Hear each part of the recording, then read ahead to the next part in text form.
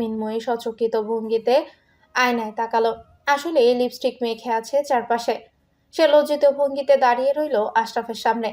তবে আশরাফের মাথায় যেন খুলল এখন। সে যদি চুমু খেতেও যায়, মেয়েটা মুখ সরিয়ে নেবে কেন? সে বুড়ো বলে অগ্নিদৃষ্টিতে তাকালো মিনময়ের দিকে। হঠাৎ করে আবার রাগ দেখানোর কারণ বুঝল না মিনময়। সাফাইয়ের কণ্ঠে বলল সে। আমি দেখিনি, লিপস্টিক লেগেছিল তাই ভেবেছি। রাখো তোমার লিপস্টিক। তুমি এটা বলো, তুমি মুখ সরিয়ে নিলে কেন? আশরাফ তেতে উঠে জিজ্ঞাসা করলো। মৃদু কণ্ঠে মিনময়ী বলল, আমি ভাবছিলাম আপনি ওইসব। Yes, this is the point. আমি যদি চুমুও খেতে যাই, তাহলেও বা তুমি মুখ সরিয়ে নেবে কেন? এই দুর্ছানা, তুমি কি আবারও আমায় অপমান করছো? কত বড় সাহস তোমার! আমায় চুমু খেলে তোমার জাত যাবে? অস্বস্তি হয় আমি বুড়ো বলে? আশরাফ এক পা দুপা আগাতে আগাতে ভয়ালো দেহের মেয়েটাকে একদম দেয়ালের সাথে আটকে দিল। ভস্ম করা চোখ দিয়ে আটকে দিল কাজল কালো নয়ন দুটো। আমি কখন বলেছি এসব? এসব তো আপনি বলেছেন। মিনময়ী অসহায় কণ্ঠে বলল, তুমি মুখ সরিয়ে নিয়ে তো এটাই প্রমাণ করছো আমার স্পর্শে তোমার অস্বস্তি হয়, আমায় ঘৃণা করছো তুমি।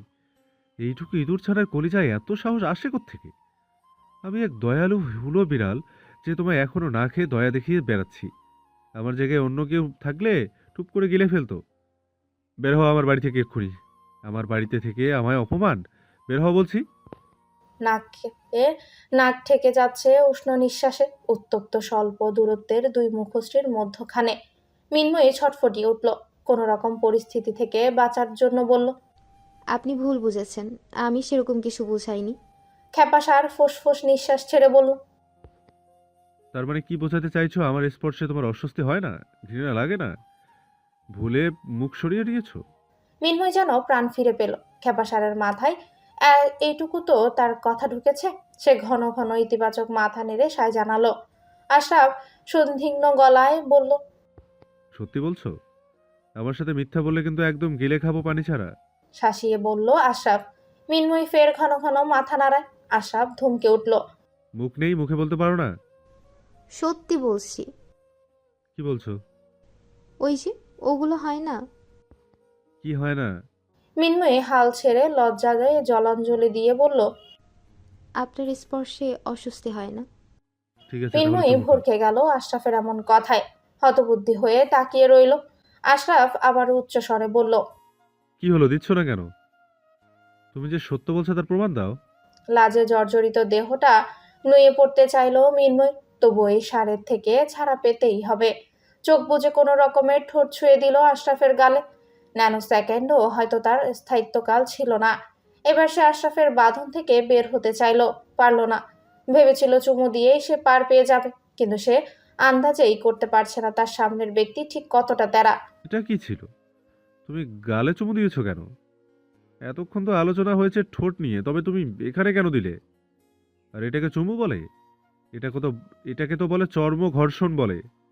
ইঁদুর ছানা, তুমি মিথ্যা বলেছো আমার সাথে। আমি আবারও অপমান করেছো। আশরাফের ফের ভারিক্কি কণ্ঠে সে অসহায় পানে তাকায়, বলে, আপনি এত তেড়া লোক কেন? সব সময় বেশি বোঝেন। কি বললে তুমি? আশরাফ রেগে বলল। মিনময়ী হতাশার চিত্তে পড়ে রয়। দীর্ঘশ্বাস ফেলে বলল, কিছু বলিনি। আমার তো স্পর্ধা আছে নাকি আপনার মতো বড় মাপের মানুষকে কিছু বলার? বলুন, কি করলে আপনার ভুল ধারণা যাবে? চুমু খাবে ঠিকঠাক ভাবে, সময় বেশি নিয়ে, অবশ্যই ঠোঁটে। আশরাফ তীক্ষ্ণ কণ্ঠে বলল। মিনময়ী তাই করলো। সময় নিয়ে একখানা শুকনো চুমু দিল রুক্ষ পুরুষালী ওষ্ঠে। তাতেও আশরাফের সমস্যা। তুমি নাক মুখ কুচকালে কেন? তোমার ঘৃণা হচ্ছে তাই না? না, হচ্ছে না। তাহলে নাক মুখ কুচকালে কেন? ভুলে। তাই নাকি? তবে প্রমাণ করো। শব্দের বুনন শেষ হতেই দুটো দেহের দূরত্ব নিশ্চিহ্ন হয়ে গেল। হ্যাংলা পাতলা দেহের পৃষ্ঠদেশে পুরুষালী হাত দুটো বিস্তৃত হয়ে চাপ প্রদান করে আছে। ওষ্ঠপটের স্পর্শের গভীরতা সহ্যের সীমা অতিক্রম করায় মেয়েটার নাজুক দেহ শক্ত থাকতে পারল না, নুয়ে পড়ল। ভর ছেড়ে দিল। কেউ সযত্নে সেটা নিজের সাথে আঁকড়ে নিল।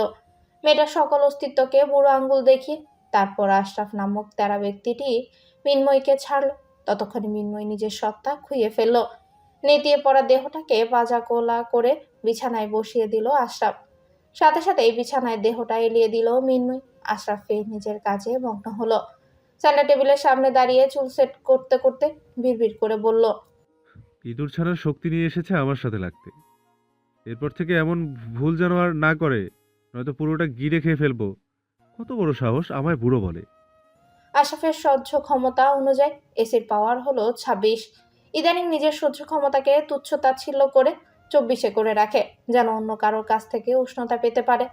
লাইটটা নিভিয়ে বিছানায় শুয়ে সে এসিটা অন করে দেয়। তখনই রিনরিনে অস্পষ্ট কণ্ঠ ভেসে আসলো। ওটার পাওয়ার একটু বাড়িয়ে দেন, অনেক শীত লাগে রাতে। ফিরতি তেরা কণ্ঠ ও সাথে সাথেই ভেসে আসলো। কেন, তোমার কথায়? আমার বাড়ি, আমার এসি, যত ইচ্ছে তত পাওয়ার দিব। মিনময়ী আর কোনো সারা শব্দ পাওয়া গেল না। আশরাফ ঘাড় উঁচু করেই বলল, কি হলো, শাস্তি পেয়ে মন ভরেনি? আবারও আমায় অপমান করা শুরু করেছো? এবারও নিস্তব্ধতা বজায় থাকলো। তবে কিছুক্ষণ বাদেই কেউ আশরাফের বুকে গুটিসুটি মেরে সেটে গেল। নিজেও গুটিসুটি মারা দেহটাকে দুহাতে আগলে নিয়ে গম্ভীর গলায় বলল, এবার ঠিক আছে। প্রতিদিন যেন বলার লাগে না, তাহলে আমি বুঝে নেব আমি অপমান করা হচ্ছে। নিস্তব্ধতা ভাঙল না, বরং ঠান্ডার প্রকোপ বাড়তে আরো জড়িয়ে গেল ছোট দেহটা। অন্ধকারাচ্ছন্ন চাদরে ঘেরা ঘরটিতে আশরাফ মুখের প্রগাঢ় হাসি তখন ঢাকা পড়ে আছে। আশরাফ কাঁথা মেলে দিল নিজেদের গায়ে। ইদানিং তার ঘুমটা অনেক ভালো হয়। সারাদিন অপেক্ষা করে কখন রাত হবে।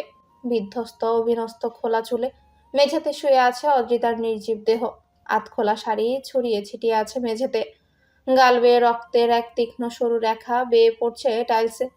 শুভ্র ত্বকের উজ্জ্বলতা আবদ্ধ ঘরের তিমিরকে হার মানাচ্ছে।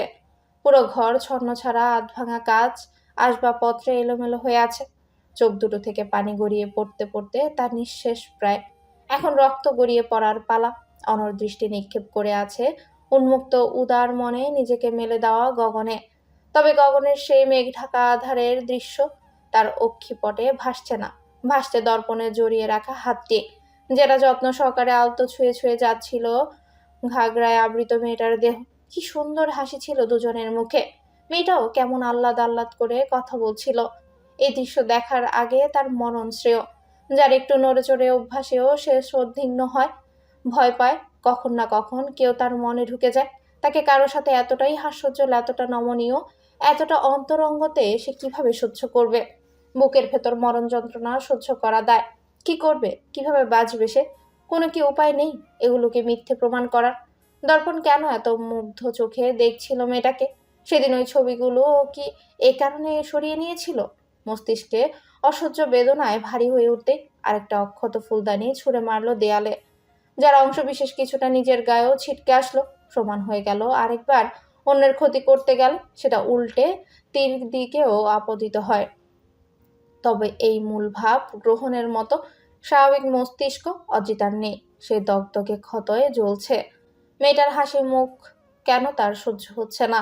দর্পণ কেন তার হলো না? অজিতাদের মতো মানুষদের কর্মকাণ্ড আরেকবার প্রমাণ করছে পৃথিবী হিংসা পরায়ণতায় সমৃদ্ধশালী। নিজের নয় জেনেও হিংসা করা কি অদ্ভুত ব্যাধি এটি। 10 মিনিট যাবৎ ফোনটা বেজেই চলেছে। দুর্বল চোখে চেয়ে আছে সেদিকে অজিতা। ইচ্ছে করছে না হাত বাড়িয়ে সেটা তুলতে। ইচ্ছে করছে সবকিছু ভুলে একটু শান্তির নিঃশ্বাস নিতে। তার আর জো নেই, মস্তিষ্ক দিচ্ছে না সেই সুযোগ। তবুও তুলল ফোনটি। কি ম্যাডাম, আপনি আমাদের কেন ঝামেলায় জড়াতে চাচ্ছেন? যাদের খোঁজ নেওয়ার কথা বলছেন তাদের পরিচয় জানেন? একজন অবসরপ্রাপ্ত সেনাপ্রধান আশফাক আহমেদের নাতি, আরেকজনের পরিচয় না বলাই শ্রেয়। একবার যদি তার কানে পৌঁছায় কেউ তার উপর নজরদারি করছে, জবানবন্দি দিলেও জান ফেরত পাবো না। ফোনের অপর প্রান্তের লোকটি চিন্তিত কণ্ঠে বলল। অদ্রিতা ফুঁসে উঠল। মা, তোদের খবর দিতে বলেছি, খবর দিবি। তাদের গুণগান গাইতে বলেছি তোকে। আমি নিজে কোন পদে আছি তা তুই জানিস না? যা বলছি তাই করতে পারলে কর, নয়তো ফোন দিবি না। অপর প্রান্তের লোকটিও একই কথার টোন ধরেই বলল। ম্যাডাম, মুখ খারাপ আমরাও করতে পারি, কিন্তু সামর্থ্যক সহ্য ক্ষমতা বুঝে। আপনার সামর্থ্যক নেই তা শোনার, তাই যা বলছি শুনুন। আমাদের দ্বারা সব খোঁজখবর নেওয়া সম্ভব না, তাই যেটুকু জোগাড় করতে পেরেছি তাতেই হয়তো আপনার মনের শঙ্কা দূর হবে। মেজর দপনকে এই যাবৎকাল মোটে 7-8 দিন একসাথে বসতে চলছে দেখা গিয়েছে। সেন্টার হসপিটালের মোড়ের বাস স্টপ থেকে। আশা করি বুঝতে পারছেন তাদের মধ্যে কোনো কন্ডিশন আছে কি না। রাখছি, এই বিষয়ে আমি আর কোনো হেল্প আপনাকে করতে পারবো না। পেট বাঁচানোর জন্য কাজ করি, সেখানে জান দিয়ে হাত ধুয়ে বসতে হবে এমন কোনো রিস্ক কাজে যাই না। বলে অপর প্রান্ত থেকে লাইন ডিসকানেক্ট হয়ে গেল। অনুভূতিহীন দুচোখ শূন্যে তাক করে পড়ে রইল অদ্রিতা। তাদের মধ্যে কোনো সম্পর্ক আছে? এতটুকু বাক্যের মধ্যে কত ক্ষমতা যে মানুষটার মতো উন্নত মস্তিষ্কের বিবেক বুদ্ধিওয়ালা শক্তিশালী সত্তাকে নিঃশেষ করে দেয়। বালিশে মুখ ডুবিয়ে আছে শিয়াশা, তার মধ্যে চোখ দুটো বের করে তাকিয়ে আছে ফোনের স্ক্রিনে, যেখানে এক যুবক তার দিকে নিরলস ক্লান্তিহীন চোখে তাকে দেখে চলেছে। এত কি দেখছেন? জানি না, যতই দেখি মনে হয় নতুন কিছু খুঁজে পাই। দর্পণের কাব্যিক কথায় শিয়াশা খিলখিলিয়ে হেসে উঠল। কিছু বলার জন্য উদ্যত হলেই দর্পণ তাকে চুপ করিয়ে দেয়। স্টপ সিয়া, এখন বলবে না আমি কবিদের মতো করে কথা বলছি? শিয়াশা মিটিমিটি হেসে বলল। It's true major. দর্পণ বিরক্তি নিয়ে কপাল কুঁচকে তাকায়। কাল ছুটি নাও আধবেলা। দর্পণ বলল। কেন? ওয়াইফিকে ছাড়া নতুন ঘরে পা রাখা ঘোরতর অপরাধ। লাজে আরক্ত মুখটি সাথে সাথে বালিশে মুখ ডুবিয়ে লুকিয়ে ফেলল শিয়াশা। দর্পণ মৃদু হেসে বলল। এতটুকুতেই লজ্জা পেয়ে গেলে? আরো কত কিছু ভেবে রেখেছি, তা বললে তো তোমায় খুঁজেই পাওয়া যাবে না। এ তো বড় চিন্তার বিষয়। আমার তো তোমার লজ্জা ভাঙাতে প্রচুর কসরত করতে হবে, এক রাতে তো হবে না সিয়া। কথাটা শেষ হওয়ার সময়সীমা অতিক্রম করা স্ক্রিনের মুখটি উবে গেল। ফোনের লাইনটা ডিসকানেক্ট হয়ে গেছে। দর্পণ হো হো করে হেসে উঠল। হাসতে হাসতে নিজেও ঘুমানোর প্রস্তুতি নিল। আগামীকাল গৃহপ্রবেশ, অনেক কাজ। অফিস থেকে একদিন ছুটি নিয়েছে। রাতে কলিগদের সাথে একটু আনন্দ বেটে নিবে নতুন ঘরে প্রবেশের জন্য। কলিগরা একসাথে থাকলে একটু একটু হার্ড ড্রিঙ্কসের আড্ডা হবে, এটাই সেখানকার আনন্দের মূল হয়। ফোনে মেসেজের টুংটাং শব্দ হতে সে আবারও ফোনটা অন করে। গোটা গোটা অক্ষরে তাকে সম্বোধন করেছে লাজুক রমণীটি। দুষ্টু মেজর। মৃদু হেসে উঠল দর্পণ শিয়াশার মেসেজে। সকাল 9টা। আশফাক আহমেদ ও সাইফ জরুরি কাজে অফিসে ছুটেছে সকাল সকাল। আশরাফের সেখানে কোনো কাজ না থাকায় সে ঘরে বসে ইঁদুর শিকার করছে। পুরো ঘরে হাঁটছে, সুযোগ পেলেই খপ করে ধরে নিবে শিকারি।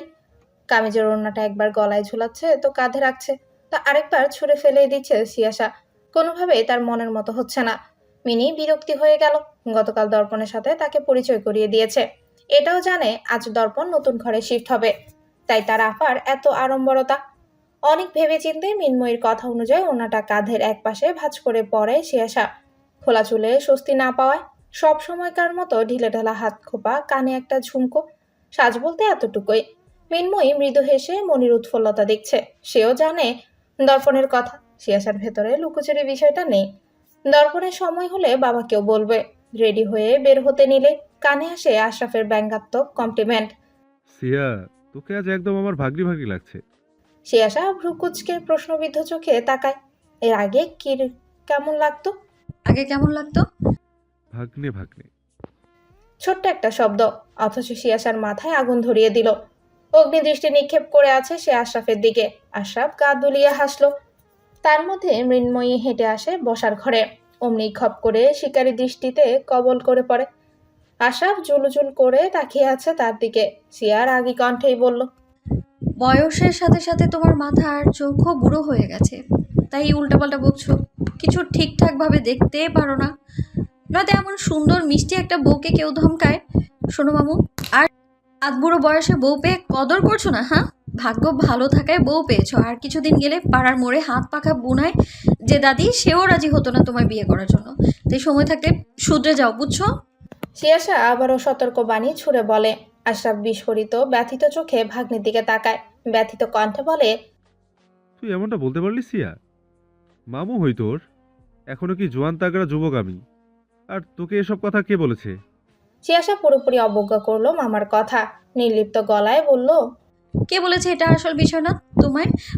যেটা বলেছি আমি সেটা তুমি মাথায় রাখবে। বলেই সে ঘর থেকে বের হয়ে গেল। শিয়াশা যেতেই আশরাফ শিকারী দৃষ্টি মিনময়ের দিকে তাক করে। মিনময় জড়সড় হয়ে দাঁড়িয়ে রয় মিনির পাশে। আশরাফ মিনির উদ্দেশ্যে বলল। মিনি, কোচিং নেই, স্কুল নেই, তাই বলে কি তোর নিজের পড়াও নেই? আর 10 দিন বাকি পরীক্ষার, তুই এখানে বসে সাংবাদিক আলাপ আলোচনা শিখছিস? মার খাওয়ার ইচ্ছা হয়েছে নাকি? এবার যদি আমাদের কাউকে স্কুলে ডেকেছে যে তুই ফেল করেছিস, সেই দিন দেখিস হাটে হাড়ি ভাঙবো না, তোর মাথায় ভাঙবো। মিনির চোখে মুখে তখন খানিক বিস্ময়। সে কবে ফেল করেছিল আর কবেই বা কাউকে স্কুলে অভিযোগ শুনতে যেতে হয়েছে। কবে গেছিলেন স্কুলে? অভিযোগ শুনতে প্রত্যেকবার তো পুরস্কারই আনতে গেছিলেন। ফার্স্ট ওই আমি আর সব সুনাম বুইরা স্যারেরা আপনাকে দেয়। মিনি মুখ বাঁকিয়ে বলে, বেশি কথা শিখে গিয়েছিস তাই না? ধমকের উপর রাখি দেখেই তো প্রত্যেকবার ফার্স্ট হও। তো সুনাম আমাদের দেবে নাকি তোকে দেবে? আর মুখের ভাষার একই অবস্থা। তুই সর আমার সামনে থেকে মিনি, নয়তো আজ খাবি দুটো। আশরাফ ধমকে উঠে বলে। আফারে কইতে হইব, আপনি খালি সবাইরে ধমকান। মিনি কপাল কুঁচকে বলে। তুই এখনো দাঁড়িয়ে আছিস? বলেই আশরাফ আশেপাশে চোখ বুলাতে লাগলো। হাতের কাছে কিছু পেতে ধুম করে লাগিয়ে দেবে। মিনি তড়িঘড়ি নিজের ঘরে দৌড় দেয়। মিনি যেতে মিনময়ী রান্নাঘরের দিকে পা বাড়ায়। তুমি কোথায় যাচ্ছ? ঘরে এসো আমার সাথে। আশরাফের উঁচু কণ্ঠে মিনময়ী ভীত সন্ত্রস্ত দৃষ্টি নিক্ষেপ করে আশরাফের দিকে। ততক্ষণে আশরাফ নিজের ঘরে চলে গেছে। মিনময়ী ঢের জানে এই লোক এখন তাকে ধমকাবে। কেন যে বলতে গেল মনিকে ওই কথা। সকালে কথা বলার সময় মুখ ফসকে বেরিয়ে যায়। আশরাফ তাকে সবসময় ধমকায়, ভয় দেখায়। সেই কথা শুনতেই সে এসে খেপে যায়। পরিস্থিতি নিরুপায়, মিনময়ীও নিরুপায়। যার পরিচয় এই ঘরে থাকছে, খাচ্ছে, পড়ছে, তার অবাধ্য কিভাবে হবে? কচ্ছপের গতিতে গিয়ে দরজায় কপাট ধরে উকি দেয় ঘরের ভেতর। দৃষ্টি বেশি দূর যেতে পারেনি, তার আগেই চোখে পড়ে রণমূর্তি হয়ে দাঁড়িয়ে থাকা আশরাফের দিকে। কবজিতে জোরে সোরে টান পড়ায়। মিনময়ী বদ্ধ দরজার সাথে লেপটে গেল। এক হাতে সিটকিনি তুলে দিয়ে আরেক হাতে আটকে রেখেছে মিনময়ীকে। খেয়ে ফেলার দৃষ্টি তাক করে গনগনে গলায় বলল, আমি তোমায় ধমকাই, রাগ দেখাই, এইসবই বলেছ সিয়ার কাছে? চোখ মুখ কুঁচকে থাকা মিনময়ী ধুম করে নিঃশ্বাস ফেলল। এই ষাঁড় গরু সকাল সকাল আবার খেপেছে। তারও উচিত হয়নি নিজেদের মধ্যকার কথা অন্য কাউকে বলা। সাফাইয়ের কণ্ঠে বলল, ভুলে মুখ ফুসকে বেরিয়ে গিয়েছে, ইচ্ছা করে বলিনি। ইঁদুর ছানা, তুমি মিথ্যে বলবে আর আমি বিশ্বাস করে নেব? বাহুর চাপ আরো তীব্রতর হতেই মিনময়ী অসহায় হয়ে বলল, আমি সত্যি বলছি, বিশ্বাস করুন, ইচ্ছে করে করিনি, কথার তালে বলে ফেলেছি, আর কখনো এমন করব না। সত্যি বলছো? ইচ্ছে করে বলনি? ব্লা ব্লা মাই ফুট। তোমার মনে এগুলো ছিল তাই তো মুখ ফসকে বেরিয়ে গেছে। মিনময়ী এবার মুখ লুকানোর চেষ্টা করলো। এটা সত্যি তার মনে তো আশরাফকে নিয়ে এই ধারণাই ছিল, তাই তো সুযোগ পেতেই পেট থেকে বেরিয়ে গেছে। মিনময়ীর কাচুমাচু মুখ দেখে আশরাফ আরো রেগে গেল। বলল, নেংটি ইঁদুর ছানা, তুমি আবারও আমায় অপমান করেছো। আমাকে তোমার পছন্দ না তাই না? আমার সাথে থাকতে তোমার অস্বস্তি হয়। আমি রাগী, সারাদিন ধমকাই তোমায়। চলো তাহলে বাপের বাড়ি দিয়ে আসি। না না, নিজে বেরিয়ে যাও, যাও বলছি। এবার আর কোনো ছাড় নেই তোমার। অনেক ছাড় দিয়েছি। হয় শাস্তি মাথা পেতে নেবে, নয়তো বাড়ি থেকে বের হবে এক্ষুনি। মিনময়ীর মুখ থমথমে হয়ে গেল। তারা দরিদ্র বলে কি তাদের কোনো আত্মসম্মান বোধ নেই? চলে যাবে, থাকবে না সে এখানে? থমথমে মুখেই বলল, সেটাই বরং ভালো হবে, আমি চলে যাচ্ছি, তাহলে আপনি শান্তিতে থাকতে পারবেন। বলে আশরাফের বাঁধন থেকে বেরিয়ে আসার চেষ্টা করলো। আচমকা মিনময়ীর গম্ভীর গলায় আশরাফ খানিক অবাক হলো, থতমত খেয়ে গেল। তবুও প্রকাশ না করে উল্টো খেকিয়ে উঠল। কি বললে? বেরিয়ে যাবে মানে? ও, তুমি তো এটাই চাইছিলে, যেন আমি তোমায় বের করে দিই তাই না? আমার মতো বুড়োর সাথে সংসার করতে তো তোমার লজ্জা লাগে, ঘৃণা লাগে, তাই সকলের কাছে আমায় কালপ্রিট বানিয়ে নিজে মুক্তি নিতে চাচ্ছ? কত বড় দুঃসাহস তোমার! মিনময়ী অবাক পানে দেখছে আশরাফকে। লোকটা কত ধরনের ধানে চালে কথা বলতে পারে, সে কি বলেছে আর লোকটা কি অর্থ বের করলো? মিনময়ী নীরবতায়। আশরাফ আবারও মুখ খুলল। তোমায় তো এত সহজে আমি মুক্তি দেব না। যতদিন পর্যন্ত না আমি উচিত শাস্তি দিতে পারছি তোমায়, ততদিন তো নাই। আমাকে অপমান করে পার পেয়ে যাবে? মিনময়ী তখন হাল ছেড়ে দিয়েছে। হতাশ কণ্ঠে বলল, ঠিক আছে, কি শাস্তি দিবেন দিন, মারবেন, থাপ্পড় দিবেন দিন। আশরাফ তেতে উঠল। আমি হুলো বেড়াল এই নেংটি ইঁদুরের থেকে পরামর্শ নিয়ে শাস্তি দেব? হাহ, এত খারাপ দিন আমার আসেনি। আমি তো এর থেকেও কঠিন থেকে কঠিনতম শাস্তি দিতে জানি। ভুল হয়েছে আমার, এই যোগ্যতা আছে নাকি আপনাকে পরামর্শ দেব? আপনি দিন, কি কঠিন শাস্তি দিবেন? চুমু খাবে। আমার কাছে আসায় তোমার অস্বস্তি হয় না? তোমার কাছে সবচেয়ে অপছন্দনীয় কাজটাই এখন তোমাকে করতে হবে। কাম ফার্স্ট, গো অ্যাহেড, নয়তো খেয়ে ফেলবো তোমায়। আমার বাড়িতে থেকে আমায় ছোট করা, আমার নামে অপপ্রচার করা, তাড়াতাড়ি। আশরাফের তারা দেখিয়ে বলে। মিনময়ী হতবাক হয়ে এদিক ওদিক দৃষ্টি ঘোরাচ্ছে। কি করবে এই সারের থেকে ছাড়া কিভাবে পাবে? মিনময়ী মিনমিন করে আশরাফের দিকে তাকালে সে একইভাবেই তাকিয়ে আছে। শাড়ির আঁচলটা পেঁচাতে পেঁচাতে চোখ বন্ধ করে আশরাফের কাছে মুখ এগিয়ে নেয়। কিন্তু আশরাফ যেন তার সকল লাজ লজ্জা জলাঞ্জলি দেওয়ার পণ করে নিয়েছে। কাছে আসতে দিলই না, এক হাত দিয়ে কাঁধ ঠেলে দিল। হঠাৎই থামিয়ে দেওয়ায় লজ্জায় লাল হওয়া মুখ নিয়ে মিনময়ী গুটিয়ে গেল। এ লোক সবসময় এমন করে কেন? আশরাফ থমথমে মুখে বলল। তোমায় কি শিখিয়েছিলাম গতকাল? মিনময়ী অবুঝ কণ্ঠে বলে। কি শিখিয়েছেন? বাহ, এর মধ্যে ভুলে গিয়েছো? আমি কি মনে করিয়ে দেব প্র্যাকটিক্যালি চুমু কিভাবে খায়? মিনময়ীর চোখ বড় বড় হয়ে গেল আশরাফের কথায়। গত রাতের বেহাল দশা মনে পড়তে সে কুঁকড়ে গেল। টলমলে চোখে আশরাফের দিকে তাকিয়ে অসহায় কণ্ঠে বলল। আমি আর এই ধরনের ভুল করব না। এখন ছেড়ে দিন। মনির আসতে দেরি হবে।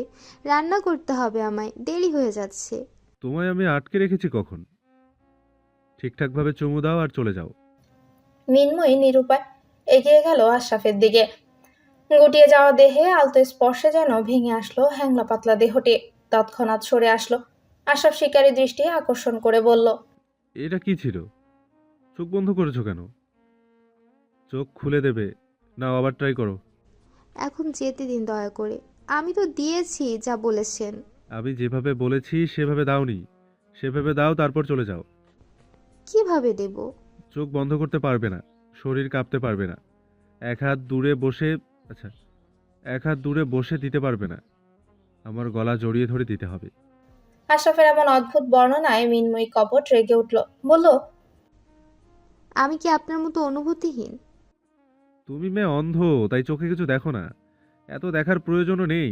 তোমায় যেটা বলেছি সেটা করো, নয়তো আজ আর রান্না করা লাগবে না। আপনি এমন কেন? মিনময়ী অতিষ্ঠ হয়ে বলে। যেমনই হই না কেন তাতে তোমার কি? তোমায় যেটা করতে বলেছি সেটা তাড়াতাড়ি করো, আর এরপর থেকে আমার বিরুদ্ধে লাগতে আসার আগে 100 বার ভাববে। হ্যাংলা পাতলা মিনময়ী বরাবরই অসহায় হয়ে পড়ে আশরাফের সামনে। লোকটা চরম ঘাটতারা, তার সাথে পেরে ওঠা তার ওই এক রত্তি শরীরের মেয়েটার পক্ষে সম্ভব নয়। পরবর্তী মুহূর্তটা ছিল একটু অন্যরকম, একটু ভালোবাসাময়। জোর করে হোক কিংবা বোকা বানিয়ে বউকে কাছে আনলেও তাতে থাকে কোনো হিংস্রতা, রূঢ়তা আর না অযত্ন। থাকে অপ্রকাশিত ভালোবাসা যত্ন। দু হাতে গলা আঁকড়ে ধরা কম্পিত চিত্তের রমণীটিকে যত্ন সহকারে নিজের সাথে জড়িয়ে নিল আশরাফ। বউকে নিজের হাতে সব শিখিয়ে পড়িয়ে নিজের মতো করে গড়ে তুলছে চতুর আশরাফ। তা ধরতে পারল না অবুঝ বোকাসুখা মিনময়ী। সকল অস্বস্তি ইতস্ততা ভয় জড়তা যে অচিরেই স্বামী নামক মানুষটা লুটে নিয়ে যাচ্ছে তার টের পেল না মিনময়ী। সেদিন সেই প্রথম দিনকার অস্বস্তি, অচেনা অজানা এক অনুভূতি যে এখন আর দেখা যায় না বোকাশোকা মেয়েটার মধ্যে, তার খোঁজ মেয়েটা নিজেও পেল না। ঘন নিঃশ্বাসে সম্প্রসারণ প্রসারণে যখনই মেয়েটি প্রায় ভর শূন্য আশরাফ সন্তর্পণে ছোট্ট মাথাটা বুকে চেপে ধরল। অস্বস্তিকর বিরক্তির লোকটির বুকে নিজের সকল বিরক্তি অস্বস্তিকে স্বস্তিতে পরিণত করে নিজেকে ধাতস্থ করল মিনময়ী। অষ্টদয় টকটকে হয়ে আছে, ফের নয়নে নয়ন মিলনে সাহস হলো না। কোনো রকমে ছুটে পালানোর প্রয়াসে ছুটে চলল উল্টো দিকে। ছোট্ট হাতের কবজি তখনও আশরাফের হাতের মুঠোয়। কোন রকম মিনমিন করেই বলল। এখন যেতে দিন। হ্যাঁ যাবে, তার আগে আরেকটা কাজ বাকি আছে। বলেই একটানে আবার বুকের মাঝে নিয়ে আসলো। দু আঙ্গুল দিয়ে থুতনি ছুঁয়ে সিক্ত লালচে উষ্ঠে আবারও আলতো করে ঠোঁট ছুঁয়ে দিল। কেঁপে উঠল মিনময়ী। সাথে সাথে বাঁধন থেকে ছাড়া পেল। গম্ভীর গলায় আশরাফ বলল। একটু আগের ওটা শাস্তি ছিল, এটা আদর ছিল। সিয়া আসলে তাকে বলবে আমি তোমায় আদর করে দিয়েছি। যদি এটা না বলেছো তবে আজ সারা রাত শাস্তির জন্য নিজেকে প্রস্তুত রাখবে। আমি ধমকাই, এটা যখন বলতে পেরেছো আমি আদর করেছি এটাও নিশ্চয়ই বলতে পারবে। না পারলে তোমার খবর আছে। আমার ভাগ্নির বিরাগ ভাজন হবে, এটা আমি মোটেই সহ্য করব না। বলেই সে গটগট পায়ে বারান্দায় চলে গেল। মিনময়ী হতবুদ্ধি হয়ে দাঁড়িয়ে রইল। সে কিভাবে বলবে মনিকে এই কথা? আর যদি না বলে তাহলে এই খ্যাপাশা তাকে সারা রাত কি শাস্তি দেবে? অসহ্য যন্ত্রণা, এ কার পাল্লা এসে পড়ল। মস্তিষ্কে হাজার খানেক দুশ্চিন্তা নিয়ে ছুটল রান্নাঘরের দিকে। মিনির পরীক্ষা, মনির আসতে দেরি হবে, তার একা হাতে সব করতে হবে। এসব কিছুতে সে অভ্যস্ত, বাড়িতে সে সবসময় রান্না করত। আশা মিটে মিটে হাসছে আর ল্যাপটপে কাজ করছে, সাথে হোয়াটসঅ্যাপে বন্ধুদের সাথে চ্যাটিং করছে। সকলে একে অপরের জীবন নিয়ে মজা করছে, অভিজ্ঞতা কালেক্ট করছে। সেখানে একজন বন্ধু লিখেছে, কেমন মেয়ে বিয়ে করলে জীবনের সুখের আনন্দময় হবে, কেমন মেয়ে বিয়ে করলে জীবনের সুখের আনন্দময় হবে। বন্ধুর কথায় হাসতে হাসতে লিখলো, বোকামি। গেটের সামনে বুকে হাত গুজে শটান হয়ে দাঁড়িয়ে আছে দর্পণ। এখন পর্যন্ত ঢোকে নেই ঘরে। হেল্পাররা প্রয়োজনীয় সকল কিছু সেট করে দিয়ে গেছে। এখন শুধু ঘরের উজ্জ্বলতা বৃদ্ধি করতেই তার পরিবারের অপেক্ষা। ইটবালির এই দালানগুলো তখনই সুশোভিত হয়ে ওঠে, আড়ম্বরপূর্ণ হয়ে ওঠে, দালান থেকে ঘরে পরিণত হয়ে ওঠে যখন সেটা একটা পরিবারের গৃহবধূর হাতের যত্ন পায়। একটু যত্ন পেলে বাড়ির আঙিনায় শুকনো মর্মরের তুলসী গাছটাও যেমন সতেজ প্রাণোচ্ছল হয়ে ওঠে, তেমনি দালানগুলোও গৃহকর্ত্রীর আহ্লাদে আটখানা হয়ে নিজেকে সাজিয়ে তোলে আনন্দ উল্লাসের সহিত। দর্পণ চায় তার ঘরটাও সেজে উঠুক তার নিজস্ব পরিবারের যত্নে, যেটা তার শিয়া ছাড়া আর কেউ পারবে না। শিয়াকে আসতে দেখেই দর্পণের মুখশ্রী উজ্জ্বল হয়ে উঠল। হাত বাড়িয়ে পুরো মুঠোয় পুড়ে নিল মেয়েটার হাত। শিয়াশা মুচকি হেসে নিজেও তার হাতটা শক্ত করে ধরে নেয়। শিয়াশা প্রগলভ দেখে চলেছে দর্পণকে। পৃথিবীতে এক একজন এক এক শূন্যতা, অপূর্ণতায় ভোগে। তবে পরিবারহীন বেঁচে থাকা এই অপরিপূর্ণতা, শূন্যতা, যন্ত্রণা হয়তো কোনো কিছুর বিনিময়ে উপশম করা সম্ভব নয়। তবে দর্পণ নামক কাঠখোট্টা মানুষটা তার মধ্যে কেন পরিপূর্ণতা খুঁজে পেল? সে কি পারবে দর্পণের এই শূন্যতা পূরণ করতে? দর্পণ কতটা উৎসাহী আনন্দিত হয়ে আছে সেটা শব্দেই প্রকাশ না পেলেও চোখে মুখে স্পষ্ট। সে মৃদু হেসে শক্ত করে আঁকড়ে ধরলো দর্পণের হাতটা, বলল, পাপার সাথে কথা বলুন। কোন বিষয়ে? সিঁড়ি দিয়ে উঠতে উঠতে জিজ্ঞাসা করলো দর্পণ। দৃষ্টি মেয়েটার মুখাবয়ে হেসে খেলে বেড়াচ্ছে। আমাদের বিষয়ে। দর্পণ কৃত্রিম হাসলো। এই হাসি ছিল না প্রাণোচ্ছল জীবন্ত। শিয়াশার চোখ এড়ালো না, বরং খানিক দৃষ্টি কটু ঠেকালো তার কাছে। সে যতবারই দর্পণকে এই কথা বলেছে দর্পণ এড়িয়ে গেছে। তবে কি দর্পণের মধ্যে কোনো দ্বিধাচারিতা আছে? নিজের ভাবনায় নিজেই বিরক্ত হলো শিয়াশা। সবকিছুরই হয়তো সঠিক সময় রয়েছে, দর্পণের সঠিক সময় হয়তো নয় এখন, তাই তো সে এ বিষয়ে কোনো কথা বলতে চাইছে না। নিজের মতো করে নিজেকে নিঃসংশয় করে শিয়াশা আবারও হাসি খুশি হয়ে উঠল। তথা স্বভাবের সাথে এটাই মানানসই। নিজেও হাসবে, অন্যকেও হাসাবে। সকলের ভালো থাকা দেখার দায়িত্ব তার। সে যে গিন্নি, চৌধুরী নিবাস এবং শিয়াপর্ণ দুটো বাড়ির গিন্নি সে। দুটো পরিবারের সুখ, শান্তি, আনন্দ বহাল রাখার গুরু দায়িত্ব তার উপর হস্তান্তর করা হয়েছে। সে দক্ষ হাতে সামলে নিবে। কাঁচা ফুলের গন্ধে মৌ মৌ করছে বাড়িটা। দর্পণ মৃদু হেসে শিয়ার হাত ধরে একসাথেই তাদের ঘরে ঢুকেছে। শিয়াশা সবকিছুই খুঁটে খুঁটে দেখছে। যত প্রকারের শখ, শৌখিনতা রয়েছে তা যেন এই ঘরটিতে খুঁজে পাওয়াই যাবে। ছোট্ট ছোট্ট আকর্ষণীয় জিনিস দিয়ে ঘরটা সাজানো। বারান্দাগুলোতে ছেয়ে আছে রং বেরঙের ফুল, সুশোভিত গাছে। দর্পণ সাজিয়ে রাখা ফুলের তোড়াটা শিয়াশার হাতে দিয়ে মোহগ্রস্ত কণ্ঠে বলে, সিয়া, আমি কখনো আশা করিনি আমার নিজের একটা ঘর হবে, নিজের একটা পরিবার হবে। তবে যখন থেকে তুমি আমার জীবনে এসেছো, এই অযাচিত আশারা আমার মধ্যে স্বপ্ন বুনতে শুরু করে। সেই বুনন এতটাই শক্তিশালী ছিল যে আমি নিজেকে আটকে রাখতে পারিনি। তোমার দিক থেকে পজিটিভ হিন্টস না পেয়েও আমি এটা কিনি। কিন্তু সৃষ্টিকর্তা বোধহয় আমার উপর একটু সহায় হয়। না, একটু না, অনেকটা সহায় হয়। একসাথে আমায় আমার পরিবার দিয়েছে, নিজের ঘর দিয়েছে। এখন আর আমি বরগাছা নই। আমারও একটা পরিবার রয়েছে, আমার একটা তুমি রয়েছে, নিজস্ব একটা ঘর রয়েছে। তবে এই দালানটি তখনই ঘরে পরিণত হবে যখন এটা তোমার ছোঁয়া, যত্ন পাবে। তুমি খুশি তো সিয়া? শিয়ার প্রগলভ দৃষ্টিচ্যুত হয় দর্পণের প্রশ্নে। মলিনতায় ছেয়ে আছে তার মুখশ্রী। মলিন হাসল সে। দর্পণের প্রশ্ন উপেক্ষা করে জিজ্ঞাসা করলো, চা খাবেন মেজর? আজকের রান্নাটা কিন্তু আমি করব। দর্পণ কপাল কুঁচকে প্রশ্নবিদ্ধ চোখে তাকায়। শিয়াশা তার দিকে খেয়াল নেই। সে ওড়নায় গলায় জড়িয়ে রান্নাঘরের দিকে হাঁটা ধরে। দর্পণও পিছু পিছু গেল। শিয়াশা চুলোতে প্যান বসিয়ে পানি ঢেলে দিল। দর্পণ চুপচাপ তার পাশে একটা টুল টেনে বসলো। তখনই শিয়াশার সাবধান বাণী কানে আসে, এটা আমার ঘর, আর ওই টুলে বসা শক্তপোক্ত মানুষটাও আমার। এদের নিয়ে আমি কোনো আপোষ বরদাস্ত করব না। কথায় কথায় পেছনের শূন্যতাগুলো মনে করা মানে আমার ঘরটাকে নির্জীব করে তোলা, আমার উনিকে কষ্ট দেয়া। তাই এরপর থেকে আর এইসব কথা যেন না আনে মনে, তাহলে আমার কষ্ট হয়। আর আমার কষ্ট হলে 3 বুড়ো কিন্তু আপনাকে দেখে নিবে বলে দিলাম।